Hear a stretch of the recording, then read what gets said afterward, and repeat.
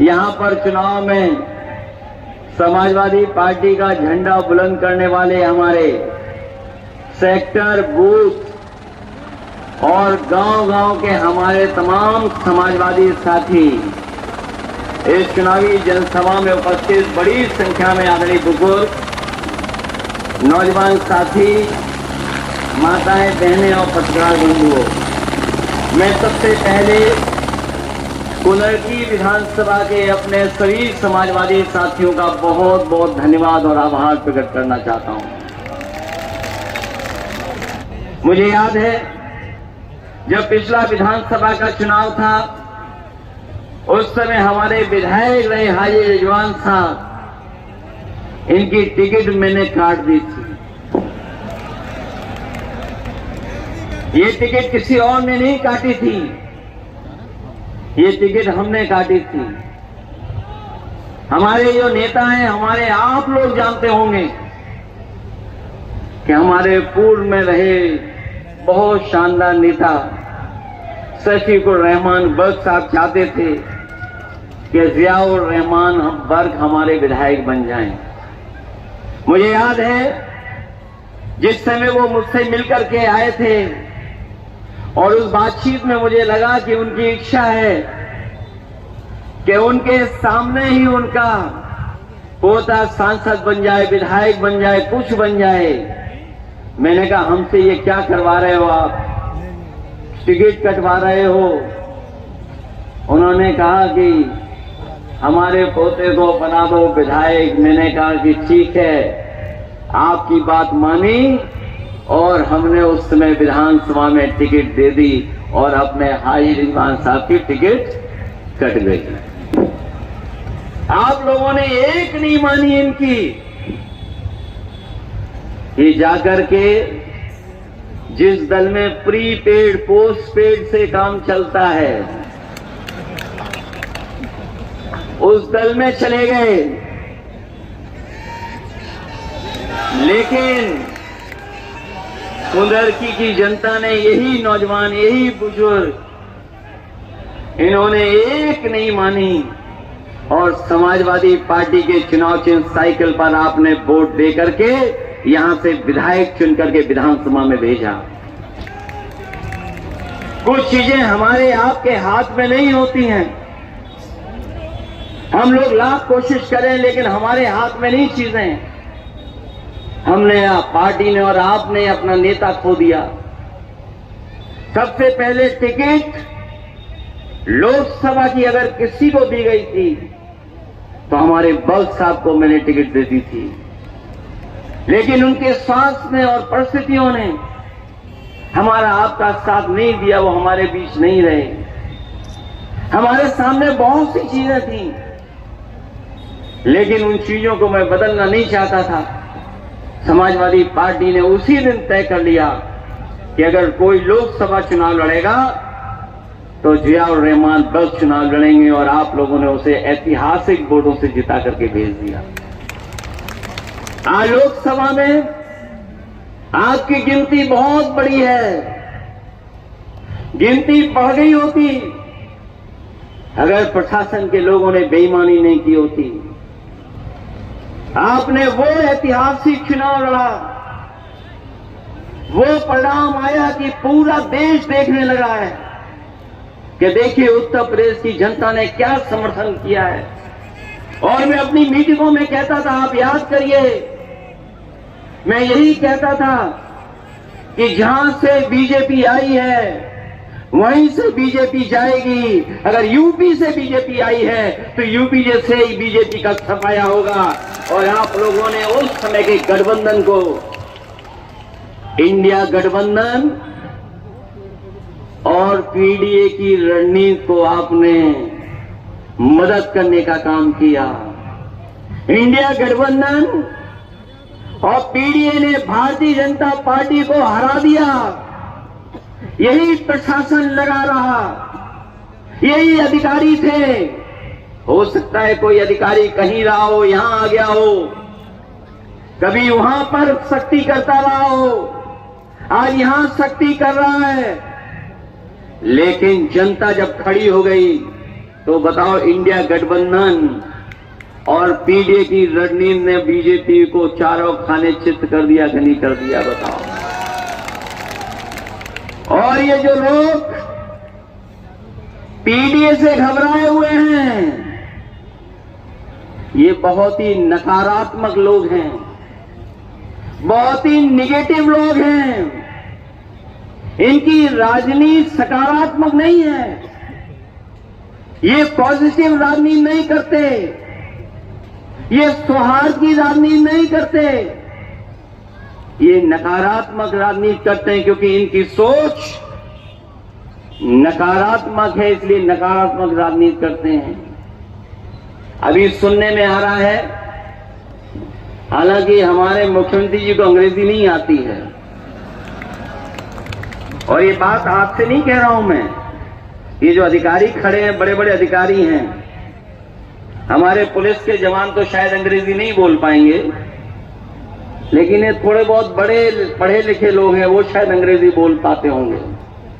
हमारे मुख्यमंत्री जी अंग्रेजी नहीं जानते हैं। पीडीए का फुल फॉर्म क्या निकाला उन्होंने? अभी सुना होगा, पीडीए का कोई फुल फॉर्म निकाला उन्होंने। हमें तो यही नहीं समझ पा रहा, पीडीए में एच कहां से आ गया। और जो भी शब्द हैं पीडीए, जहां जहां लगे होंगे उनसे ये नफरत कर रहे हैं। ये पीडीए से नफरत नहीं करते हैं, ये पिछड़ों से नफरत करते हैं, ये दलितों से नफरत करते हैं, ये हमारे आदिवासी भाइयों से नफरत करते हैं, ये हमारे अल्पसंख्यक भाइयों से नफरत करते हैं, ये हमारी माताओं बहनों से भी नफरत करते हैं। इसीलिए पीडीए का जो सही मतलब है नहीं जानते हैं, हम उन्हें बताना चाहते हैं। ये पीडीए की ताकत ने उन्हें पेट में दर्द ला दिया है, और एक कभी हमसे अलग में पूछ लेना। और आज जब मैं आपके बीच में आया हूं, ये जो लाठी चलाने रही है सरकार, याद रखना लाठी चलाने वालों, ये जो लाठी आप चला रहे हो, ये जैसी सेवा आप कर रहे हो वैसी सेवा आपको भी कभी कभी मिलेगी। अभी इलाहाबाद में सुना है लाठी चल रही है, वहां पर यूपी पीएससी वाले नौजवान छात्र जब अपनी मांग को लेकर के गए, उनको लाठी मार दी, लाठी मार करके दबाना चाहते हैं। और इसलिए दबाना चाहते हैं, इनके पास कोई नहीं बचा, अधिकारियों के अलावा कोई इनके पास नहीं है, जनता तो है ही नहीं। और अगर जनता इनके साथ होती तो क्या बताओ, बीजेपी के नेता को अपनी वेशभूषा बदलनी पड़ती क्या? अगर इनके पास वोट होता तो बताओ इन्हें वेशभूषा बदलनी पड़ती क्या? सुना है वेशभूषा बदल करके वोट मांग रहे हैं।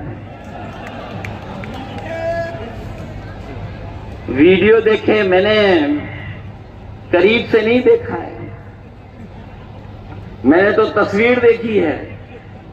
सुना है कि वो बदल गए कुछ पहनावे में।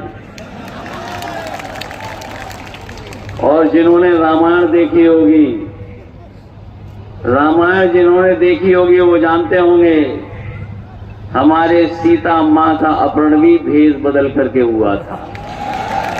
इसलिए सावधान हो कि नहीं सावधान हो आप? मैं आपसे कहना चाहता हूं कि जुड़ेंगे तो जीतेंगे।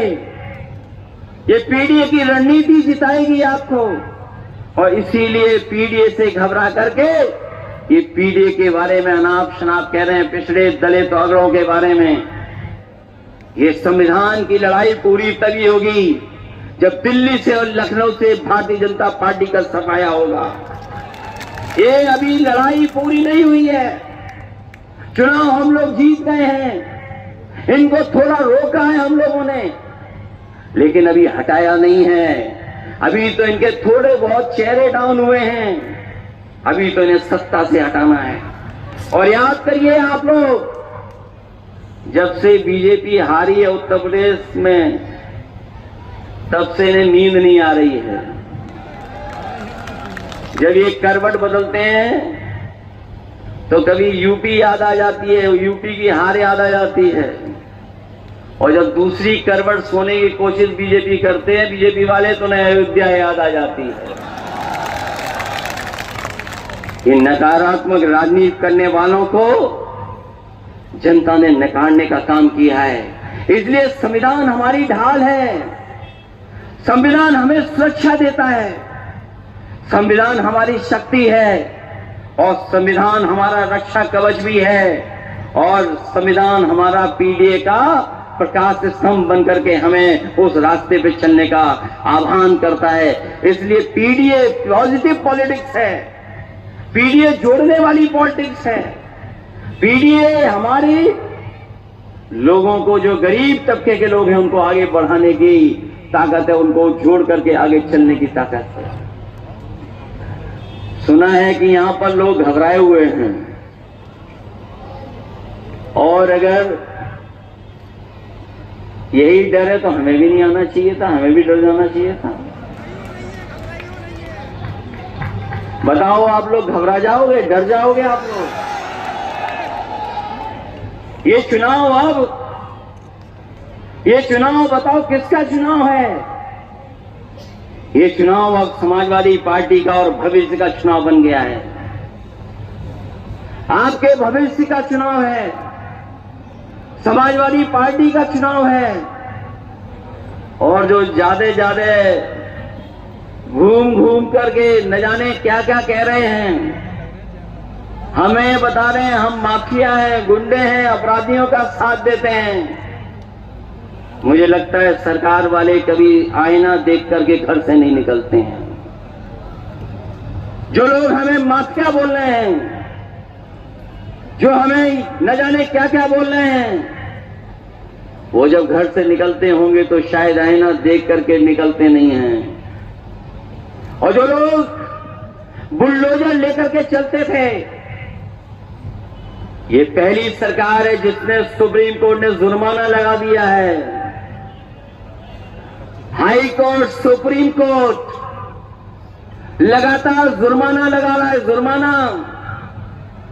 क्या इनके पास कोई जवाब है इसका कि जुर्माना क्यों लग रहा है सरकार पर? अभी सुप्रीम कोर्ट का जो फैसला आया है उसमें जुर्माना लग गया सरकार को 25 लाख का। पढ़ा है कि नहीं पढ़ा आप लोगों ने? जो कभी उंगली उठाते हैं यूनिवर्सिटी पर, चाहे वो आपकी जौहर यूनिवर्सिटी हो, चाहे एमयू हो, कम से कम जाकर के उन्हें अपना एक्ट पढ़ना चाहिए। ये जो कह रहे हैं कि एक्ट ऐसा है, इसमें पिछड़े दलित और क्यों नहीं शामिल हो रहे हैं, जाकर के एक्ट पढ़े, जाकर के। जिस समय यूनिवर्सिटी बनी थी उस समय यूनिवर्सिटी बनाने का एक्ट क्या था हम भी भूल जाते हैं। वो क्यों पढ़ेंगे? पढ़ाई का तो उससे रिश्ता ही नहीं है कोई। वो क्यों पढ़ेंगे उन चीजों को? और मैं आपसे कहना चाहता हूं, चुनाव के बाद ही हट गए होते। जो हटने वाले उन्हें गुस्सा आप पर नहीं आ रहा है, कहीं और गुस्सा दिखाना चाहते हैं। ये गुस्सा जो आजकल सरकार को है वो अपनी कुर्सी बचाने का गुस्सा है, क्योंकि दिल्ली वालों ने तय कर लिया है कि महाराष्ट्र के चुनाव के बाद इनकी कुर्सी बचेगी नहीं, इनकी कुर्सी छिन जाएगी। दिल्ली गए और चाहते थे अपना कुछ बनवा लें, वो अपना नहीं बना पाए। कार्यवाहक चल रहा है, कार्यवाहक। मैं जब चला जाऊं तो यहां जितने खाकी वर्दी वाले इनसे पूछना, अरे बड़ी दुआएं देते हो कानून व्यवस्था की, बताओ आपका जो सबसे बड़ा अधिकारी होता है वो भी अभी तक कार्यवाहक है, परमानेंट नहीं हो पाया है। और ये पहला कार्यवाहक नहीं है, अभी तक कार्यवाहक चल रहे हैं, कार्यवाहक। तो दिल्ली वाले इंतजार कर रहे हैं, दिल्ली वाले मौका ढूंढ रहे हैं कि कब कुर्सी छीन लें। और आपको मैं भरोसा दिला के जा रहा हूं, देखना महाराष्ट्र में बीजेपी हारेगी और उत्तर प्रदेश में कुर्सी छिन जाएगी। बताओ उसकी घबराहट है कि नहीं है? इन पे घबराहट है इन्हें, अपनी कुर्सी बचाना चाहते हैं। कुर्सी तो तभी चली गई होती जब इन्हें लगा कि ये नुज़ूल की जमीन मुसलमान भाइयों की जमीन है। इन्हें हर उर्दू की चीज मुसलमान भाइयों की नजर आती है। उन्होंने सोचा कि नुज़ूल मतलब सब मुस्लिम भाइयों की जमीन है। जब इकट्ठे विधायक हुए कि अगर ये कानून वापस नहीं लोगे तो हम आपकी कुर्सी छीन लेंगे, इन्होंने तुरंत वो कानून वापस ले लिया है। कानून वापस लेना पड़ा कि नहीं लेना पड़ा? कानून कुछ बड़ी बिल्डिंग में जुआ चल रहा था, एक पुलिस इंस्पेक्टर गए और जुआ खेलने वालों का 40 लाख रुपए लेकर के गुल हो गए। 40 लाख रुपए ले आए और बाद में जब मैंने ट्वीट कर दिया उसको, आजकल एक्स है, एक्स पे मैंने लिख दिया और प्रेस के लोगों ने भी लिखा उस पर, तो उन्होंने कहा कि नहीं ऐसी कोई घटना नहीं हुई। मैं बधाई देना चाहता हूं, इस समय पे भी कुछ पत्रकार हैं निष्पक्ष, उन्होंने सीसीटीवी के फुटेज जारी कर दिए। उसमें पता लगा कि इंस्पेक्टर साहब एक बड़ा सा बैग लेकर के जा रहे थे। सुना है उन पे कार्रवाई हो गई है। क्या ये सरकार को नहीं पता?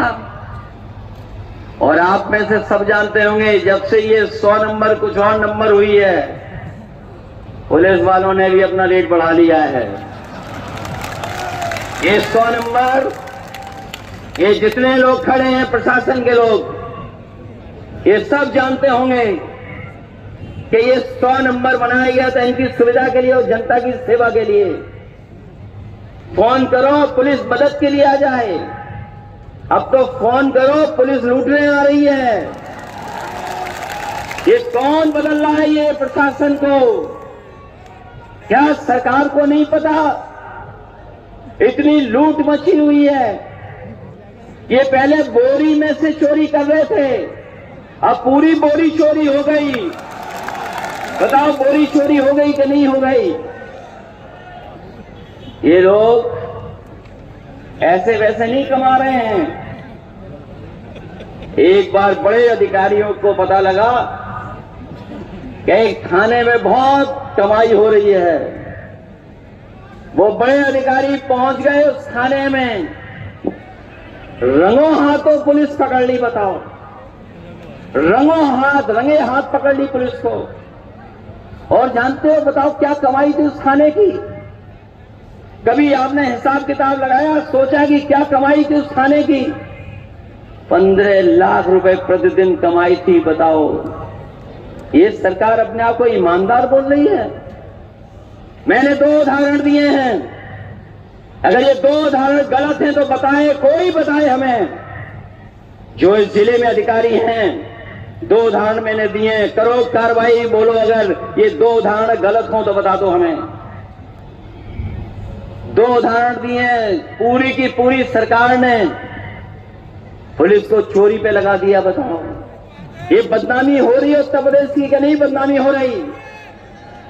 और जो लोग सम्मान से जीना चाहते, सम्मान से काम करना चाहते हैं, उन्हें सम्मान से काम नहीं करने दे रहे हैं। 50 में पायदान का आईपीएस सबसे ऊपर बैठा दिया। 48 आईपीएस अंदर ही अंदर खिलाफ खड़े हुए हैं। 50 में पायदान को सबसे ऊपर। तो बताओ, जो नीचे वाले पायदान वाले हैं वो क्या कर रहे होंगे? वो सब कुछ बता रहे हैं, जगह जगह बैठ करके बता रहे हैं कि पुलिस प्रशासन क्या कर रहा है। सोचिए सरकार कैसी है। और जब अपनी बदनामी हो जाती है, बदनामी इनकी, तो बताओ एक इनकाउंटर कर करके दूसरा इनकाउंटर से बैलेंस करते हैं। मुझे याद है सुल्तानपुर में एक एक को मार दिया उन्होंने, गोली से मार दिया। जब जनता ने कहा कि ये गलत हो रहा है, ये बेईमानी की, रात में उठा करके मार दिया। तो जब सरकार की बदनामी हुई तो उन्होंने कहा कि हमें बैलेंस करना पड़ेगा। बैलेंस करने के लिए बताओ, दूसरे को गोली मार दी, दूसरे का एनकाउंटर कर दिया। क्या यही संविधान हमें रास्ता दिखाता है? क्या यही लोकतंत्र का रास्ता है कि एक हत्या कर दें और दूसरी हत्या को बैलेंस के लिए कर दें? इसीलिए जनता ने आपको चुन करके भेजा है। इनसे ज्यादा नकारात्मक लोग दुनिया में नहीं होंगे। और जो नारा दिया इन्होंने, जो नारा दिया है, दुनिया में के इतिहास में कहीं इतना नेगेटिव नारा नहीं दिया होगा जो ये नेगेटिव नारा दिया है इन्होंने। ये दुनिया के इतिहास में कभी ऐसा नारा नहीं आया होगा कि बटोगे तो कटोगे। और ये नारा कहां से लेकर के आए? ये नारा वहीं से अंग्रेजों से सीख करके आए, जिन्होंने कभी कहा था डिवाइड एंड रूल। डिवाइड का मतलब क्या होता है? डिवाइड का मतलब क्या है? वही है जो ये नारे में दे रहे हैं। ये जो डिवाइड एंड रूल वाले लोग हैं, ये उन्हीं अंग्रेजों के विचारवंशी हैं, उन्हीं अंग्रेजों के वचनवंशी हैं जिन्होंने इस देश को बांट करके राज करने का काम किया था। हमारे पत्रकार साथी भी जानते होंगे, अगर ये सच दिखा दें तो इन पे भी लाठी पड़ेगी। वैसे तो ये सब पत्रकार साथी हमारे साथ हैं, थोड़ा बहुत दबाव है इनके ऊपर, जिसकी वजह से हमारा साथ नहीं दे रहे हैं। लेकिन मैं जानता हूं आपके हाथ का वीर देख करके और चेहरे की खुशी से कि आप भी मनी मन समाजवादियों के साथ हैं। उन्होंने अयोध्या का टाला क्योंकि जानते थे कि अयोध्या से हार के जाएंगे। वहां पर मुख्यमंत्री जी एक बार गए, 2 बार गए, 3 बार गए, तमाम योजनाएं दे दी। वहां पर भी कोटेदारों को लगा दिया, प्रधानों की जांच के लिए लगा दिया, अधिकारी अपने मन मर्जी के कर लिए, बीएलओ पोस्ट कर लिए, एक भी पीड़ित परिवार का अधिकारी पोस्ट नहीं किया। लेकिन जब उनका इंटरनल सर्वे आया अयोध्या में कि आप चुनाव हार रहे हो, तो उन्होंने अपना चुनाव टाल दिया। चुनाव नहीं हो पा रहा है अयोध्या में, चुनाव नहीं हुआ अयोध्या में।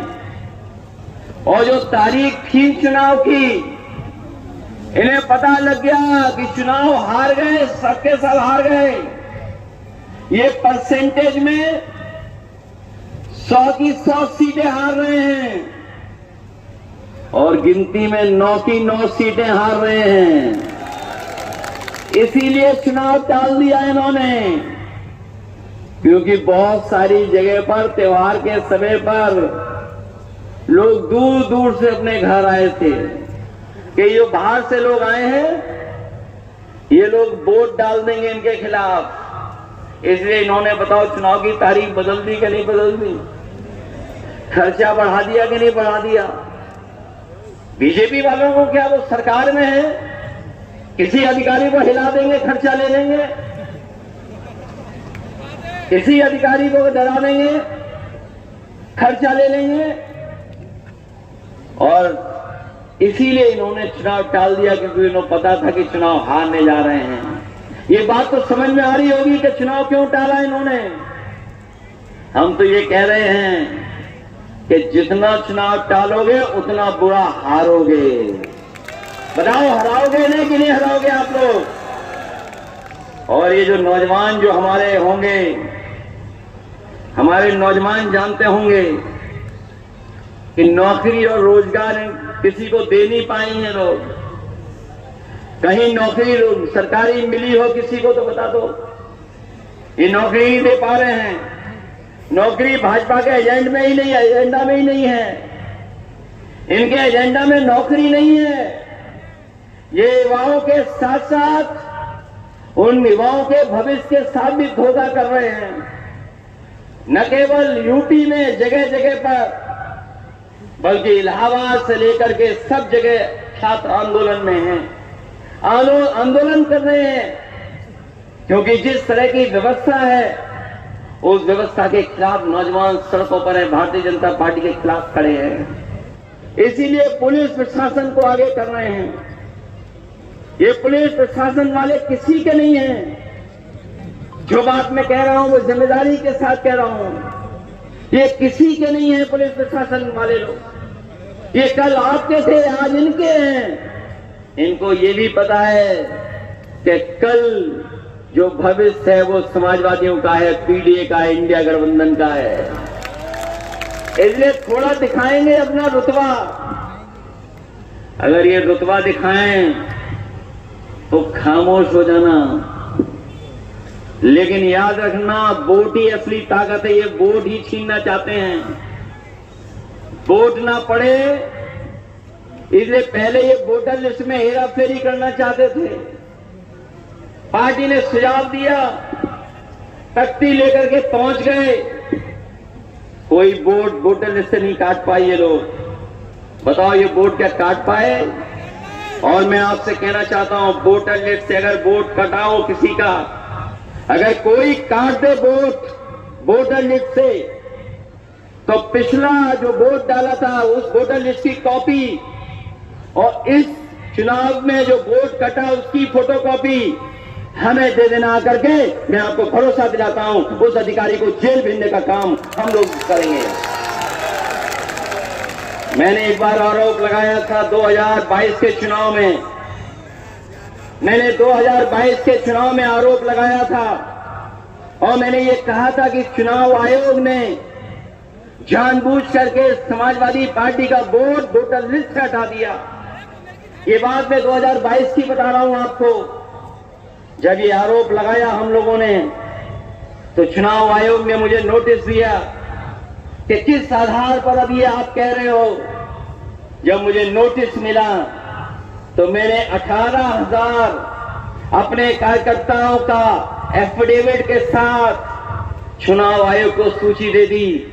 आज तक चुनाव आयोग को समझ में नहीं आ रहा कि क्या कार्रवाई करें। और मैं आपको भरोसा दिलाता हूं, वो जो कागज रिकॉर्ड पर है, सरकार कागज से चलती है। जो रिकॉर्ड पर कागज है वो कागज कभी खत्म नहीं होता है। जब कभी भी मौका मिलेगा उन दोषी अधिकारियों के खिलाफ कार्रवाई करने का काम होगा। और जब ये आपको डराने आए, आपका वोटर आईडी छीनने आए, और राशन कार्ड वाले, राशन वाले तो वही हैं जो लखनऊ दिल्ली से राशन ही नहीं आ रहा है। राशन क्या मिलेगा तुम्हें? ये जो आईडी कार्ड छीन रहे हैं, वोटर लिस्ट छीन रहे हैं, सब पर मोबाइल है, सबके मोबाइल पर कैमरा है। अरे मेरे समाजवादी साथियों, कैमरे से फोटो क्यों नहीं खींच ले रहे हो? खींचिए फोटो, वीडियो बनाइए और दीजिए हमें, क्योंकि वीडियो जब भी चलेगा और दोषी के खिलाफ कार्रवाई करनी पड़ेगी तो वो हमारे पास सबूत होगा जिसकी वजह से इनको सजा दिलाने का काम करेंगे। आपने वो खबर भी पढ़ी होगी जिसमें बेटी ये कह रही है कोर्ट में कि मुझसे अगर कोई सवाल जवाब वकील करना चाहता है, कोर्ट में कुछ मुझसे सवाल पूछना चाहते हो तो मुझसे ऑनलाइन पूछ लो, हम कोर्ट में नहीं आना चाहते। कोर्ट में जिस तरीके से सवाल पूछे जा रहे मैं जवाब नहीं दे पा रही हूं। बताओ उस बेटी के साथ अन्याय किसने किया था? बीएचयू बनारस प्रधान सांसद जी के क्षेत्र का मामला है। जो प्रधान सांसद हैं उनके क्षेत्र का मामला है। बीएचयू जो सबसे ज्यादा प्रेस्टीजियस यूनिवर्सिटी है, बीएचयू सबसे ज्यादा प्रेस्टीजियस न केवल भारत में बल्कि दुनिया में सबसे प्रेस्टीजियस संस्था है, जिसमें महात्मा गांधी जी से लेकर के देश के महान लोग गए हैं। और जिस संस्थापक ने किस मंशा, किस नियत, किस समाज को सुधारने के लिए बनाई थी, बताओ वहां पर एक बेटी के साथ घटना हो जाए, बलात्कार हो जाए, छेड़खानी हो जाए, और जो तीनों दोषी हैं जो जेल होकर के आए, वो जानते हो किस पार्टी के सदस्य हैं वो लोग? बीजेपी के सदस्य हैं। बीजेपी के सोशल मीडिया के वो इंचार्ज रहे हैं, आईटी सेल के इंचार्ज हैं। वैसे तो योगी जी किसी के साथ फोटो नहीं खिंचवाते हैं, किसी के साथ फोटो नहीं होगी उनकी। एक आध कोई खिंचवा लिया हो तो खिंचवा लिया हो, किसी के साथ फोटो नहीं है। लेकिन बीएचयू के जो बलात्कारी है, जो बेटियों को छेड़ने वाले लोग हैं, उनकी फोटो योगी जी के संग है। बताओ, फोटो झूठ बोल रही है क्या? और मैं ऑन रिकॉर्ड कह रहा हूं पत्रकार साथियों, कभी भी बेटियां, महिलाएं कभी आत्मदाह करने इतनी लखनऊ में नहीं आई जितनी भारतीय जनता पार्टी की सरकार में न्याय मांगने के लिए मुख्यमंत्री आवास में उन्हें आत्मदाह करना पड़ा। क्या घबरा जाओगे आप लोग? घबराने वालों का कोई कुछ नहीं होता भविष्य। और ये तो बहादुर लोग हैं यहां पर। मैं आपको कहना चाहता हूं कि सरकार ही न्याय दिलाएगी और कोर्ट न्याय दिलाएगा। जो कुछ परेशानियां आ रही हैं, जो रामपुर में भी परेशानी आई है मोहम्मद आजम खान साहब पर, उसकी मदद कोर्ट करेगा या सरकार करेगी? फिर उनको झूठा फंसाने का काम किया है। हम लोग बिल्कुल सरकार के करीब पहुंच रहे हैं, क्योंकि पीडीए की ताकत से घबराए हुए हैं। इसलिए मदद करिए आप लोग, जिताइए आप लोग। और अगर कोई घबरा रहा हो तो हमारे साथ हेलीकॉप्टर में चले, हम उसे ले जा रहे हैं। कोई घबरा तो नहीं रहा है यहां पर? मंच वाले तो नहीं घबरा रहे हैं? मुझे लगता है कोई मंच पे घबराने वाला बैठा हुआ है। कोई घबराने वाला तो नहीं है। ये कोई इसलिए नहीं घबराएंगे, अगर घबरा गए तो टिकट नहीं मिलेगी इनको। इन्होंने अधिकारियों से सांठ-गांठ की। मैं कह रहा हूं अभी किसी अधिकारियों से सांठ-गांठ मत करना, कोई दोस्ती नहीं है। ये कोई गड़बड़ तो नहीं कर दोगे? अभी मैं देख रहा था एक पुलिस इंस्पेक्टर यूं करके वीडियो बना रहा था। अरे भाई, टेक्नोलॉजी हमने बहुत देखी है, अब मुस्कुरा रहे हो वीडियो बनाने वाले। यूं मोबाइल करके किसी को दिखा रहे थे कि देखो सभा जीत रही है वहां पर। कोई वीडियो बना रहा था वहां पर, यूं ऐसे वीडियो दिखा रहे थे कि देखो सभा की भीड़ कितनी है। तो सोचो, पुलिस के लोग भी अगर वीडियो दिखाने लगा तो बताओ कौन किसकी जीत हो गई? हो गई जीत कि नहीं हो गई? आपका वोट इतना है कि उसको भी टोपी पहननी पड़ रही है। और अगर योगी जी को पता लग जाए कि टोपी पहन ली तो बताओ उसका क्या होगा? वही होगा लखीमपुर में जो विधायक के झापड़ मारा था किसी ने। वो सब विधायक तैयार हैं इस बार। बताओ, विधायक को झापड़ मारा था कि नहीं मारा था? क्या हुआ? विधायक को झापड़ मारा। वो सब विधायक बैठे हुए हैं गिनती कर करके, बस वो इंतजार कर रहे हैं। हमने डिस्काउंट भी दिया था, ऑफर भी दिया था। वो ऑफर हमारा जारी है, अंदर ही अंदर जारी है, ऊपर नहीं बताएंगे। हमारा ऑफर अंदर ही अंदर जारी है। और मैं आपको कह के जा रहा हूं, आज तारीख कितनी हो गई है और वोट कब डालना है आपको? 20 तारीख तक गायब रहो, एकदम छिपे रहो, किसी से मिलना मिलाना नहीं है, किसी से नहीं मिलो। और जो मैं कह के गया हूं, अगर एक बार रोके ये लोग तो दोबारा आना, दोबारा रोके तो फिर आना, 4 बार भी रोके तो आपको आना है कि नहीं आना है बताओ। और अगर लाठी चली, वीडियो दिखाई दे गया, अन्याय हुआ तो हम भी बांट के रखेंगे अपने विधायकों को, सांसदों को, राज्यसभा के लोगों को भी, कि जाइए और हमारे कार्यकर्ताओं की मदद करिए जाकर के। वो सब रहेंगे यहाँ पे, आज घबराइए नहीं। लेकिन अब ये चुनाव बताओ किसका बचा है? चुनाव रिजवान साहब का तो है नहीं। अब चुनाव साइकिल का है कि नहीं है बताओ? रिजवान साहब का चुनाव तो नहीं है ना। पुलिस प्रशासन को रिजवान साहब से दिक्कत होगी, हमसे क्या दिक्कत है बताओ? किसी डीएम को हमसे दिक्कत हो तो बताओ, किसी एसपी को हमसे दिक्कत हो तो बताओ, और ये जितने खड़े पुलिस के लोग, अधिकारी लोग, किसी को हमसे दिक्कत हो बताओ। किसी को दिक्कत है हमसे? देखिए मुस्ताए कह दिया नहीं है दिक्कत, इनसे दिक्कत हो सकती है। ये इसलिए चुनाव समाजवादी पार्टी का है, हमारा चुनाव है। मदद करोगे कि नहीं करोगे? अब तो अधिकारियों ने भी सुन लिया होगा कि हमारा चुनाव है। अभी जो सरकार में लोग हैं उन पे इतने दिन नहीं हैं जितने दिन वो सरकार में रह लिए हैं। बताओ कितने दिन बचे हैं? लास्ट के 6 महीने मत गिनो, क्योंकि वो चुनाव के हैं, प्रचार के 6 महीना है, केवल 1.5 साल है। इन 1.5 साल में जानते हैं अधिकारी कि 1.5 साल के बाद दूसरी सरकार आने वाली है और आपके विधायकों की खुशामद करेंगे आज से वो लोग। इसलिए जिताइए और मदद करिए, सब लोग मिलकर के वोट डालना चुनाव से साइकिल पर। हमारा इंतजार होगा जिस दिन तारीख होगी वोट की और जिस दिन गिनती की, उस दिन हम लोग केवल कुदर की देखेंगे और उत्तर प्रदेश के उपचुनाव देखेंगे कि आखिरकार जनता ने क्या परिणाम दिया है। इसलिए मदद करिए आप लोग, सब लोग मदद करना। और ये प्रेस के लोग भी मदद करेंगे। इन्होंने वो वीडियो देख लिया, वो प्रेस वाले को कपड़े उतार करके नंगा करके मारा किसी बीजेपी वाले ने।